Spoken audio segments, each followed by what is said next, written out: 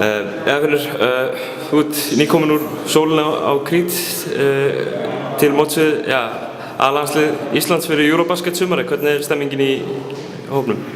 Ég náttúrulega bara nýkominn inn í þetta, en maður sér það bara strax og búinn að finna það strákunum og það góð stemming og maður finnur bara í andrúmslofti hérna bara á skrifstofunni kringum liðið. Það bara gríðarlega gott og þetta bara spennandi tíma framöndan. Þú voruð með á síðasta Eurobasket. Hversu mikla reynslu takið frá?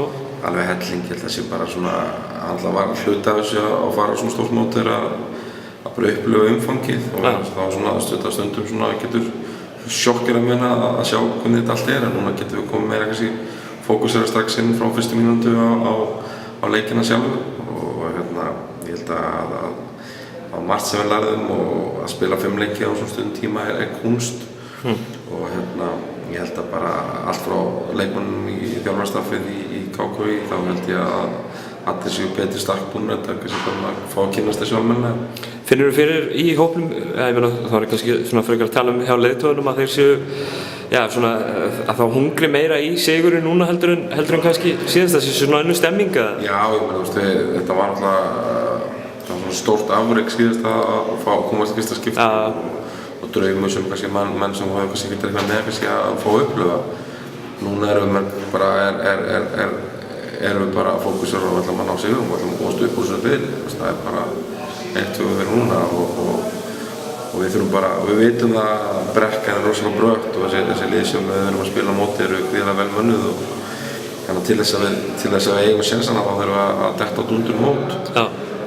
En mér sýnist að andinn og hugafærið og náttúrulega bara þessar framfæri sem að leikmennir í liðinu hafa sýnt frá það í mótinu síðast eru gríðarlega miklar þannig að ég held að við séum bara allan hátt betur stakk búnir til þess að koma inn og ná sér Já, svo mér finnst leiðilegt að tala aðrar íþróttir á þessum vettvangi. Heldur kannski að íslenski stuðningsmenn séu kannski svolítið eftir velgenguna hjá fótboltalandsliðinu síðasta sumar séu svolítið hungraðir bara í að sjá íslenskt lið bara gera virkilega vel? Já, bara frábær stuðningur sem að íslensk íþróttalið er að fá frá áhorfendum og fólki og það ekkert sjálfsagt hlutur að fólk fylgir sér bak við liða og að ég taki sumarfrí sitt og eyði miklu fjármunum í að fylgja liðum út og við sjáum það í Hollandi núna með kvennalandsliðinu og það fyrra í Fraklandi og með góður miðansel núna fyrir okkar móti í Helsingi þá íslendingar að fylgja bak við liðin sín og við erum stolt að því að fá að representa þetta góða fólk og fyrir land og þjóð þannig að stoltur af því að vera íslendingur þegar maður sér eins og bara núna í Hollandi það bara, fyllir maður stolt. Nú erum við að fara í nokkuð erfiða æfingaleikjatörn eða svoleiðis. Hver eru markmiðin fyrir þetta? Stóra markmiðin. Eru það að prófa leikmenn? Já, stóra markmiðin ætla bara að vera betri, að venjast í að spila á hærra leveli og það eru strákar sem hefur verið að spila heim í Íslandi og strákar sem hefur að spila úti þannig að það snýst um að koma öllum á sömu plan sína, reyna að koma sérstaklega varnarleiknum í gang og finna leiðir sóknarlega og svo að gefa leikmennum tækifæri til að sýna sig og reyna að vinna sér stærri rullir í liðinu. En stóra markmiðið er bara að nýta þetta til að gera liðið betra, að smíða það saman þannig að þegar boltinn fyrir lofti í tip-off í fyrsta leik að við séum að vinna öllum strákum og klára í slaginn. Af 24 liðum þá voru þið 23.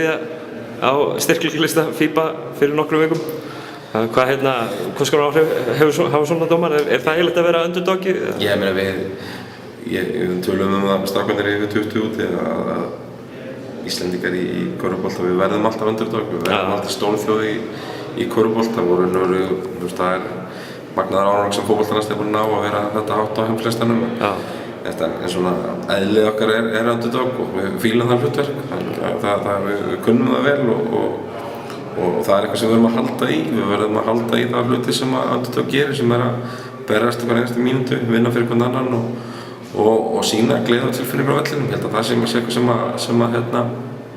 sem er mikilvægt að taka, vera ekki fastir í toppfarunum heldur að bara leggja öll spilin á borðið og bara láta vaða og ég held að ef við gerum það þá höfum við strax eitthvað fram með fara sem betur enn í liðina því að við sjáum það svo oft að í svo stórum þjóðum að þegar fólk að koma á vísvegara og ég byrja alltaf að vera heiminn til að spila í einu liði það náður ekki sem sama þessi liðsheild og kjarna sem við erum að ná.